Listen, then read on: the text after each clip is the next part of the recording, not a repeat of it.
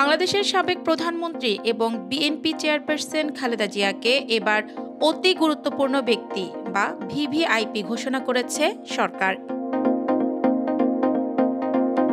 এই সিদ্ধান্তের ফলে খালেদা জিয়া এখন থেকে স্পেশাল সিকিউরিটি ফোর্স এসএসএফ এর নিরাপত্তা কাভারেজ পাবেন। স্থানীয় সরকার উপদেষ্টা আসিফ মাহমুদ সজীব ভুঁইয়া রাতে 12:30টার দিকে তার ভেরিফাইড ফেসবুক পেজে জানিয়েছেন, সরকার খালেদা জিয়াকে ভিভিআইপি ঘোষণা করেছে এবং এই সংক্রান্ত প্রজ্ঞাপন প্রধান উপদেষ্টার কার্যালয় থেকে জারি হয়েছে। প্রজ্ঞাপনে বলা হয়েছে, খালেদা জিয়ার সার্বিক নিরাপত্তা নিশ্চিত করতে এসএসএফ সদস্যদের দায়িত্ব দেওয়া হয়েছে এবং নির্দেশনা অনুযায়ী তা অবিলম্বে কার্যকর হচ্ছে।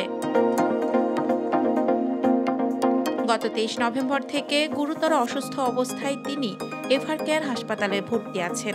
তার শারীরিক অবস্থার অবনতি হওয়ায় রবিবার গভীর রাতে তাকে স্থানান্তর করা হয় আইসিইউতে।